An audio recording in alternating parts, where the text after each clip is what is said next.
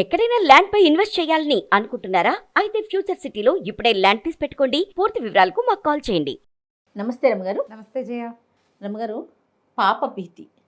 మనం తప్పు చేశామేమో, ఏదో జరుగుతుందేమో, ఈ తప్పుకి ఇది చేసుకుందామా, ఈ పరిష్కారం వెళ్దామా, దీన్ని ఆలోచిద్దామా, ఈ ఆలోచన విధానం పెరిగిపోలేదు రమ్మగారు. ఎందుకంటే ఉరుకులు పరుగులు పెట్టేస్తున్నామండి. అక్కడికి వెళ్తే అది మంచి జరుగుతుంది, ఇక్కడికి వెళ్ళాలి. ఖచ్చితంగా దర్శనం అనేది చాలా అవసరం. దైవ దర్శనం అనేది మస్ట్ అండ్ షుడ్ అనుకోండి. కానీ కొత్త దేవతలు, కొత్త దేవుళ్ళు మనమే క్రియేట్ చేసేసి ఉన్నాయి. లేవని కూడా నేను చెప్పట్లేదు. మన సాంప్రదాయాన్ని ఎట్టి పరిస్థితుల్లో తప్పు పట్టట్లా. కానీ మనకు తెలియని కొత్త వాటి కోసం ఉరుకులు పరుగులు పెట్టేస్తున్నామా అని అనిపిస్తూ ఉంది. మీరేమంటారు? జనాలకి జీవంతో పాటే భయం ఉంటుంది జయ. ఎప్పుడు కూడా జీవము భయము పక్కపక్కన నడుస్తూ ఉంటాయి. బతుకున్నంతకాలం భయం ఉంటుంది మనకి. భయం భక్తి అంటాం మనం.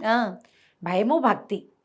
దీంతో పాటు ఇదివరకటి కంటే అవేర్నెస్ ఏమన్నంటే డివోషనల్ థింగ్స్ మీద పెరిగింది. స్పిరిచువాలిటీ అనకూడదు దీన్ని. స్పిరిచువల్ ఆధ్యాత్మికత కాదు ఇది. భక్తి వేరు, ఆధ్యాత్మికత వేరు జయ.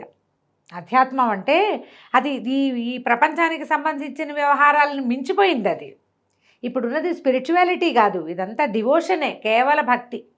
ఈ భక్తి తాత్పర్యాలు ఎందుకు వస్తాయి? మన పాప ప్రక్షాళన కోసం భక్తి తాత్పర్యాలు పెరుగుతాయి. వ్యక్తులకి, మనుషులకి మహత్వాకాంక్షలు పెరిగిపోయినాయి. చాలా కావాలి, ఏదో కావాలి. ఏది ఉందో అది చచ్చినా చాలదు. పక్కవాడి దగ్గర ఉన్నది మనకు కూడా కావాలి. ఎవరికో ఉన్నది మనకు కావాలి, వాళ్ళకెవరికో వచ్చింది మనకెందుకు రాదు. ఈ భావాలు విపరీతంగా పెరిగినాయి. ప్రతివాడు నేల విడిచి సాము చేసేవాడే. రెండోది పాపభీతి, భయం. ఈ కాంక్ష భయము రెండూ కలిసి మనని రకరకాల దేవీ దేవతల వైపు పరిగెత్తిస్తున్నాయి. దేవీ దేవతల వైపు కూడా కాదు, విధానాల వైపు, పరిహారాలు పరిష్కారాల వైపు పరిగెత్తిస్తున్నాయి. భయమే నడిపిస్తోంది. ప్రధానమైంది భయం. మన జీవితం అంతా తప్పుల తడక. ఇప్పుడు బేసిక్ థింగ్స్ నుంచి మన పోటీ, మనం గ్రాబింగ్, అవతల వాళ్ళ అవకాశాలని లాగేసుకోవటం. హెల్దీ పోటీ లేదు కదరమ్మ గారు. అదేం లేదు. గ్రాబ్ చేసేయటం, ఇతరుల ఆస్తులు పడేసుకుని తినటం, అమ్మా నాన్నలకి కొడుకుల్ని కాకుండా చేయటం, కూతుళ్ళని కాకుండా చేయటం, వీళ్ళ పిల్లల్ని వాడెత్తుపోవటం, వాడి పిల్లల్ని వీడెత్తుపోవటం, చిన్న వాటికి చంపేయటం, చిన్న వాటికి తగాదాలు. ఒక గుప్పెడు మెతుకుల కోసము కొట్టుకుంటే పోనీ కుక్కలు అవి కొట్టుకున్నాయి. మనుషులు ఎలా అయ్యారంటే ఒక 1/2 ఎకరం స్థలం కోసము, 100 గజాల స్థలం కోసము, 100 గ్రాముల బంగారం కోసము, 50 గ్రాముల వెండి కోసము చచ్చిపోతున్నారు, చంపేస్తున్నారు. వాటి కోసమే మానవ సంబంధాలు తెగతింపులు చేసేసుకుంటారు. ఎంతసేపు నాదే పై చేయి కావాలన్న ఆత్మ ఏమంటారంటే ద్రోహ చింతన. నాది పై చేయి కావాలంటే పక్కవాడిని తక్కువ చేస్తేనే మనం పైన అవుతాం జయ. ఎప్పుడు కూడా మన దారిని మనం ఎక్కకూడదు, ఎక్కితే పైకి వెళ్ళము. మామూలుగా కొండెక్కుతున్నారనుకో, ఎవరి దారిని వాడు ఎక్కుకుంటూ పోతాడు. ఒకడు తనతో పాటు సమానంగా అంటే వాడిని పడేస్తేనే మనం ఫస్ట్ వస్తాం. ఈ పడేసే ధోరణి ఎక్కువైంది. పడేసేసాక ఎక్కేసాక ఏదైనా ఒక పని అవ్వకపోతే అమ్మో మనం అది చేసాం అందుకే మనం ఎక్కలేదేమో అనిపిస్తుంది. ఇది ద్రోహ చింతన, పాప చింతన. ఇవి రెండు సహజంగా ఉంటాయి. మంచి ఉంది. కొన్నాళ్ళు పోయాక మనకు గుర్తొస్తూ ఉంటుంది. అది నిద్రపోలేరు, అన్నం తినలేరు. దీనికి పరిహారం కావాలి. అదే రమ్మగారు, నేను అడిగేది ఏంటంటే మనం పైకి ఎక్కేసాక అయ్యో నేను వాడిని పడేసాని, ఏదైనా అవుతుందా నాకు, లేకపోతే ఫ్యూచర్లో నాకు ఏదైనా, ఈ ఆలోచన కరెక్టేనంటారా? కరెక్టేనా అంటే పోనీ ఇప్పుడు కరెక్ట్ కాదు, పోనీ ఇవాళకి కరెక్ట్ అనుకుందాము. నేను వీడిని పడేశాను అందుకని నా పని ఇలా అయింది అని చెప్పి దానికి పరిహారానికి పరిగెడతారు. జనరల్గా మనం చందమామ కథల్లో చూస్తాం. వీడికి అన్యాయం చేశాను అందుకని వాడికి న్యాయం చేయటానికి పూనుకునే కథలు మనం వినేవాళ్ళం. వీళ్ళు ఏం చేస్తామంటే ఇప్పుడు మనము వాడికి న్యాయం చేయము, మనం చేసిన తప్పుకి పరిహారం ఎక్కడ దొరుకుతుందా అని వెతుకుతాం. కరెక్ట్ పాయింట్ రమ్మగారు. అదే వెతికి అది ఆ గుడికి వెళ్ళండి, అరుణాచల్ గిరి ప్రదక్షిణ చేయండి, మీ పాపాలు ప్రక్షాళన అయిపోతాయి. రామేశ్వరంలో సముద్ర స్నానం చేసి నూతులు స్నానం చేయండి, పరిష్కారం అయిపోతుంది. ముందు కాశీ వెళ్ళి రామేశ్వరం వెళ్ళి కాశీలో ఉన్న గంగను తీసుకెళ్ళి రామేశ్వరంలో వేసి, రామేశ్వరం సముద్రంలో ఉన్న మట్టిని తెచ్చి గంగలో కలిపితే పాప ప్రక్షాళన అయిపోయింది. ఇంతే. ఇది చేస్తున్నాం. అంతేగాని ఇటువైపు పరుగులు పెడతాం. మన వల్ల అన్యాయమైన వాడికి ఒక 10 రూపాయలు ఇద్దాం, వాడికి మళ్ళీ అవకాశం ఇద్దాం, వాడికి బతికే ఛాన్స్ ఇద్దామనే పరిష్కారం వైపుకి ఎవడు వెళ్ళట్లేదు. చచ్చిన వెళ్ళరు. అక్కడి నుంచి నేను ఇది చేశాను, నా వల్ల ఇది జరిగింది, ఈ పొరపాటు, దీన్ని సరిచేయని మానవ మాతృడన్న వాడికి చెప్పరు, తమ తప్పు ఒప్పుకోరు. వేరే ఎవరికి మీరు చెప్పట్లేదు ఏ అంటున్నారా? పరిష్కారం ఏ పరిహారం చేసినా మనము చేసిన తప్పిదాలకి నోటితో చెప్తేనే తిడుతుంది. నేను వెళ్ళి ఒక గోడ దగ్గర నిలబడి నేను చెప్పేస్తాను కాదు, ప్రపంచం తెలుసుకోవాలి మీ సంగతి. మీ మాటని నలుగురు పంచుకోవాలి. వాడు ఇట్లా చేసేట వాడే చెప్పాడు అని అందరూ మాట్లాడితే తిలాపాపం తలా పిడికడని బయటికి వెళ్ళిపోతుంది మీ మీద లేకుండా. కానీ మీరు ఎంత పరిష్కారాలు చేసుకున్నా మీ లోపలికి గురుగారు చెప్తారు అక్కడికి వెళ్తే పరిష్కారం అవుతాయండి అని. తెలియక చేసినవి, పొరపాట్లు జరిగినవి ఇవన్నీ పరిష్కారం అవుతాయి. నువ్వు కావాలని చేసింది ఎట్టి పరిస్థితుల్లో కాదు. నువ్వు సముద్ర స్నానాలు చేయి, నదీ స్నానాలు చేయి, ఇంకోటి చేయి. నీ వల్ల బాధపడిన వాడికి న్యాయం చేయటానికి నువ్వు ప్రయత్నమన్నా చేయాలి. మొదటిది ప్రయత్నం చేయాలి. నా వల్ల ఈ తప్పు జరిగిందని ముఖతః ఒప్పుకోవాలి. ఇవి రెండూ చేయకుండా మనం ఎవరెవరు ఏమేం చెప్తున్నారు, పాపరక్షాలకి ఏం చెప్తున్నారు, మనకి తెలియని దోషాలు ఉంటాయి, పితృదోషాలు, స్త్రీ దోషాలు, మన ముందు తరాలలో జరిగింది, మన వల్ల జరిగినవి కాదు, ముందు తరాలు, వాటికి ప్రక్షాళన అవకాశం ఉంటుందమ్మా, ఉన్నది. లేదని కాదు. వాటికి పరిష్కారం నువ్వు చేసిన తప్పులకి ఏముండదు. ముందు తరాల వాళ్ళకి మనం ఏదన్నా సార్ట్అవుట్ చేయాలి. వాళ్ళ వల్ల జరిగినవి వాళ్ళది మనం క్యారీ చేసుకున్నాం కాబట్టి ఇవి జరుగుతాయి. ఇప్పుడు ఏమైందంటే మనకి ఈ అమ్మవారిని సేవించుకోండి, అయ్యవారిని సేవించుకోండి, ఆ తీర్థానికి వెళ్ళండి, క్షేత్రానికి వెళ్ళండి, 108 సార్లు అదేదైనా పారాయణ చేయండి, ఇవన్నీ మనకు ప్లస్లే. ఇందులో ఏది మైనస్ కాదు, అవన్నీ మనకు ప్లస్లే. కానీ మనం ఏ పాయింట్ కోసం చేస్తున్నామో అది మాత్రం అవ్వదు. అది ఆ వ్యక్తికే చెయ్యాలి, ఆ మనిషికే చెయ్యాలి. అంతేనండి. నువ్వు చేసింది స్థలాలు, ఇతరుల స్థలాలు కొట్టేస్తావు. నువ్వు ఒక పేద బ్రాహ్మడి కూతురికి పెళ్లి చేస్తే పేద బ్రాహ్మడి కూతురికి పెళ్లి చేసిన ఫలితం నీకు లభిస్తుంది ఖచ్చితంగా. కానీ నువ్వు కొట్టేసిన పాపం ఉంది చూడు, నీ తరాల వెంబడి తింటారు దాన్ని. నువ్వు ఒకటి దగ్గర కొట్టేసావు, వాడు ఏడ్చి మొత్తుకుని దుంపనాశనం అయిపోయింది వాడి జీవితం. నువ్వు ఇప్పుడు తింటావు ఈ సొమ్ముని మీ మునిమనవాళ్ళకి దాటా కదా 30 తరాల వాళ్ళు తినేది సంపాదిస్తున్నారు ఇప్పుడు జనాలు. ఏదో 2 తరాలు కాదు, మన అబ్బాయికి మన మనవడికి కాదు, 30 తరాల పాటు కూర్చుని తిన్నా తరగని ఆస్తి సంపాదిస్తున్న వాళ్ళందరూ ఈ 30 తరాల వాళ్ళు అందరూ కూడా చచ్చిపోయిన వాడి శాపనార్థాలు అనుభవించి తీరాలి. అది పోగొట్టుకోలేం. చనిపోయినా ఏదైనా సరే మీ పోగొట్టుకోవడానికి తీర్థాలని, పుణ్యాలని, పుష్కరాలని ప్రతి నెల అరుణాచలం వెళ్ళిపోయి ప్రతి నెల గిరి ప్రదక్షిణ చేస్తే మనం అందరం చేరి అరుణాచల క్షేత్రాన్ని సర్వనాశనం చేస్తున్నాం తప్ప అంతకంటే ఏం అవ్వదు. గిరి ప్రదక్షిణ చేసిన ఫలితం లభిస్తుందమ్మా తప్పకుండా. దీనికి అది మాత్రం క్యారీ ఫార్వర్డ్ కాదు, అంతేనండి. కాంపెన్సేట్ అవ్వదు, ఇది అవుతుంది. మీరు బోళ్ళంతమంది చేరతారు, ప్రతి నెల వెళ్ళే వాళ్ళు ఉన్నారమ్మా. ప్రతి నెల మనం చెప్పుకుంటాము జయ, ప్రతి నెల పంచారామాలు చూసే వాళ్ళు ఉన్నారు, నాకు తెలిసిన వాళ్ళే ఉన్నారు. పంచారామాలు ప్రతి నెల వెళ్తారు ఒక ఫ్యామిలీ, మన పరిచయస్తులే. ప్రతి నెల తిరుమల వెళ్ళే వాళ్ళు ఉన్నారు, మా కజిన్స్లో బోల్డ్ మంది. తిరుమల వెళ్ళేవారు నాకు కూడా తెలుసు కదా. ప్రతి నెల బెజవాడ కనకదుర్గమ్మని చూసొస్తారు. ప్రతి నెల అరుణాచలం వెళ్ళేవాళ్ళు నా క్లోజ్ ఫ్రెండ్సే బోళ్ళంతమంది ఉన్నారు జయ.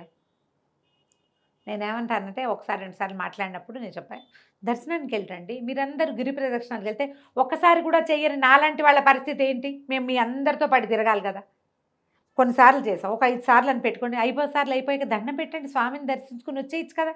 మీరు ఎన్నిసార్లు గిరి ప్రదక్షిణ చేసినా అంతేగా, ఒక్కసారి చేస్తే చాలు అని చెప్పినప్పుడు మీరు ప్రతి నెల ఎందుకు వెళ్తారు అంటే ఒక సమాధానం పడిందా రమ్మగారు? ఒక్కసారి గిరి ప్రదక్షిణ ఒక్కసారి మా చెప్పింది, జీవితంలో ఒకసారైనా చెయ్యండి అని చెప్పారు. ప్రతి నెల కాదు, ఎంతమంది వెళ్తున్నారు జయ, బస్సులు వేసుకెళ్ళిపోతారు హైదరాబాద్ నుంచి కూడా. వెళ్ళిన వాళ్ళే కిసలాట. ఇంకా పౌర్ణమి రోజు చెప్పద్దు, 3 సార్లు బయలుదేరాను జయ, నేను 3 సార్లు మానేసా, కుదరలేదు. ఇప్పుడు ఆ గిరి ప్రదర్శన చేయకపోతే ఏమైంది, ఆ జనాల్లో అలాంటి మాటలు కూడా వింటున్నాను నేను మా ఇంట్లో. అయితే ఎందుకు అంత పిచ్చెక్కినట్టు జనం. పౌర్ణమి నాడైతే అసలు తోసుకుంటూ తీసుకెళ్ళిపోవటమే. మన చిలుకూరు బాలాజీ టెంపుల్ మనం చేస్తాం చూడు, ప్రదక్షిణాలు చేస్తే తోసుకుంటూ వెళ్ళిపోతాం, మనమే నడవక్కర్ల, వాళ్ళే పట్టుకెళ్ళిపోతారు. మనం అలాగే ఉంది ఇప్పుడు జనాలకి. ఇప్పుడు ఏంటంటే ఇందులో ఒకటి పాప ప్రక్షాళన అదనే కాదు జయ. ఇప్పుడు రవాణా సౌకర్యాలు బాగా పెరిగినాయి. సెలవు వస్తే ఎక్కడికైనా వెళ్ళాలన్న భావాలు పెరిగినాయి. ఆటోమేటిక్గా నాలెడ్జ్ కూడా బాగా పెరిగిపోయింది రమ్మగారు. నాలెడ్జ్ పెరిగింది. ఎందుకంటే ఏది ఆన్ చేసిన ఫోన్ పట్టుకుంటే చాలు, ఎవరో ఒక గురుగారో మాతాజీగా అందులో మనం కూడా ఉన్నాం. అని కొట్టగానే దాని అరుణాచలం అరుణాచలం. సంబంధించి 100, తిరుపతి అని కొట్టగానే దాని గురించి ఒక 100, చూసేయాలని ఒక ఉద్వేగం.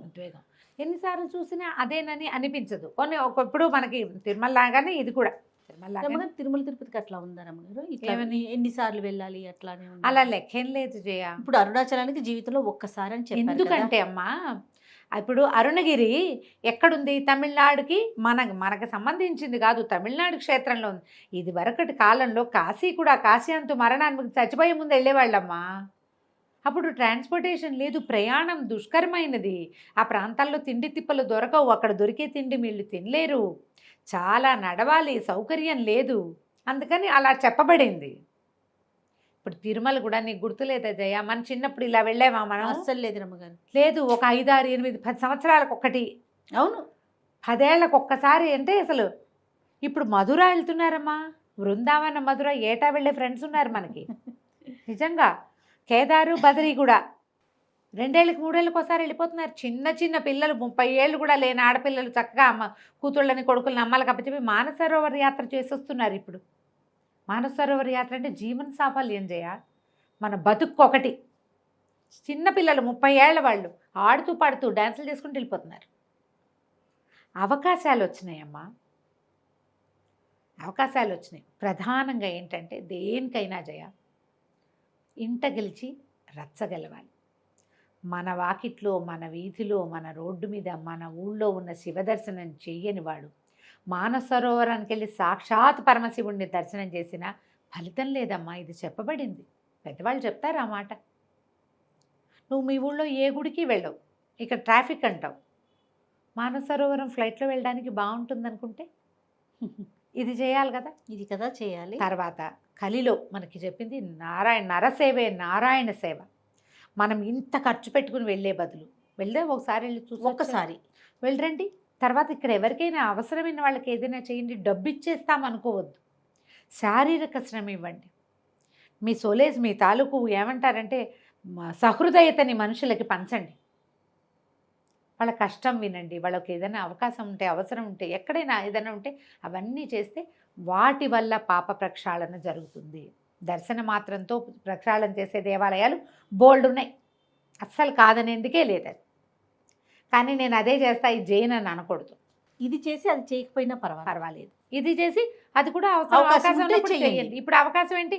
అవన్నీ యాత్రలు చేయడానికి మనం పరుగులు పెట్టుకుంటూ ఎందుకు చివరికి ఏంటంటే ఇది ఎలా పరిణమించింది, ఒక పిచ్చి కింద ప్రబలిపోతే ఎలాగా? అంతే. అలా అవ్వకూడదు. మన చుట్టుపక్కల ఉన్నవాళ్ళు, మన ఇంట్లో పని మనిషి ఉంది, కాస్త మంచి మనసుతో దాని కష్టం నిష్ఠూరం అర్థం చేసుకోండి. దాని పిల్లకు 100 రూపాయలు 200 ఇవ్వండి, చదువుకోవడానికి ఒక మంచి స్కూల్లో చేర్చండి. రోజు కాసేపు పాఠం చెప్పండి. ఎవరైనా చేస్తారా ఆ పని? అస్సలు లేదు. ఆ పనులు చేస్తే భగవంతుడు మెచ్చే పనులు అవి. పూర్వాశ్రమంలో ఏదో స్థలమో గీలమో ఏదో తీసుకున్నాం, మనమే చేసాం. వాళ్ళకి మనం ఏం చేయలేం, వాళ్ళు ఎక్కడన్నారో కూడా మనకు తెలియదు. దానికోసం ఇది అని మీ పని అమ్మాయికి ఓ 100 గజాలు 50 గజాలు స్థలం ఇవ్వండి. మీ ఇంట్లో పక్కన చిన్న అవుట్ హౌస్లో చిన్న రూమ్ కట్టించి ఇక్కడ ఉండు, నీ లైఫ్ లాంగ్, నా లైఫ్ నేను బతుకున్నాను నాళ్ళు ఇక్కడ ఉండు. వాళ్ళకి అవకాశాలు చూపించండి. ఇవేం పెద్ద పెద్దవి పనులు కావు, పెద్దవి కాదు, చిన్నవే. మీరు తలుచుకుంటే ఎక్కడికైనా యాత్రకు వెళ్దాం అనుకున్నాం, ఎంత అవుతుంది? అందాజుగా ఒక 25,000 అవుతుంది అనుకో 25,000 అవుతుంది. 25,000లో తేలే యాత్రలు ఉన్నాయేమో లేవు. 50,000 అవుతుంది అనుకో. అందులో సగం ఎవరికైనా ఒక అనాథ శరణాలయానికో, ఒక ఓల్డేజ్ హోమ్కో, ఒక చదువుకునే పిల్లాడికి ఒక సంవత్సరం, ఒక 6 నెలల ఫీజుకో కట్టి మీరు సమీపంలో ఉన్న దేవాలయాలు చూడండి, క్షేత్ర ఫలితం ఇక్కడ లభిస్తుంది మీకు. దాంతోపాటు మీకు ఇంకోటి లభించేది ఏంటో తెలుసా? వాటి సంతోషం, తృప్తి, వాళ్ళ తృప్తి మీకు ప్లస్ అవుతుంది. మనకి తృప్తి మనకు సంతోషం, మనకు సంతోషం. వాడు హాయిగా ఆనందంగా ఉంటే మనకు ఆనందంగా ఉంటుంది. మనకు కూడా భక్తితోటి వెళ్ళచ్చు, భయంతో వెళ్ళొద్దు. భయం దేనివల్ల పుట్టిందో ఆ సమస్యని దాన్ని అక్కడ రిపేర్ చేయడానికి ప్రయత్నం చేయాలి ఎవరైనా సరే. మనకి ఇంకొకటి ఉంది, దీంతో భయం భక్తులే కాకుండా ఏదైనా సమస్య వచ్చినప్పుడు స్వామి వచ్చి నిన్ను కొలుచుకుంటాను నాయన ఈ సమస్య తీర్చు అని అడుగుతాం. అలా వెళ్ళే వాళ్ళు ఉంటారు 50%. ఆపద వచ్చినప్పుడు మొక్కుకుంటాం. ఆపద మొక్కులు వాడే కదా మన వాడు, అంతే కదా. మన స్వామి ఆపద మొక్కులు వాడే. కష్టం వచ్చినప్పుడు ఏదో నిష్ఠూరం వచ్చినప్పుడు మొక్కుంటాం. ఇలా కూడా వెళ్తున్నారు, ఇలా వెళ్ళటము ఉంటుంది.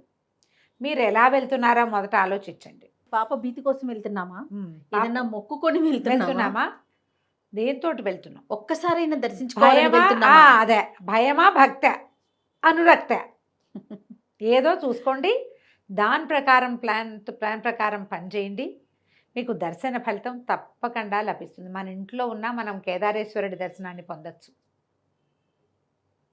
ఎవరికైనా సహాయం చేసి భగవంతుడు మెచ్చే పనులు ఏమిటో చూసి అవి చేయండి. తప్పకుండా రమ్మగారు. అంతే. ఇదంతా కూడా పెద్దలు చెప్పిందే, అన్నీ పెద్దవాళ్ళు చెప్పినవే. ఇందులో ఏ ఒక్కటి మన మాట లేదు. నిజానికి జయ, నేను చెప్పిన ఈ వాక్యాలన్నీ 90% వ్యక్తులకి తెలుసు. నేను ఎవరికైనా తెలియని మాటలు ఒక్కటి కూడా చెప్పలే. నాకే తెలిసింది, నేనే చదివింది కాదమ్మా. మీకు లోపల తెలుసు, లోపల ప్రశ్నించుకోండి. మీకు తెలుసు కదా, ఆ లోపల ఒక్కసారి ప్రశ్నించుకోండి. అప్పుడు చేయండి ఏం చేయాలో అది. తప్పకుండా రమ్మగారు. నమస్తే. నమస్తే జయ.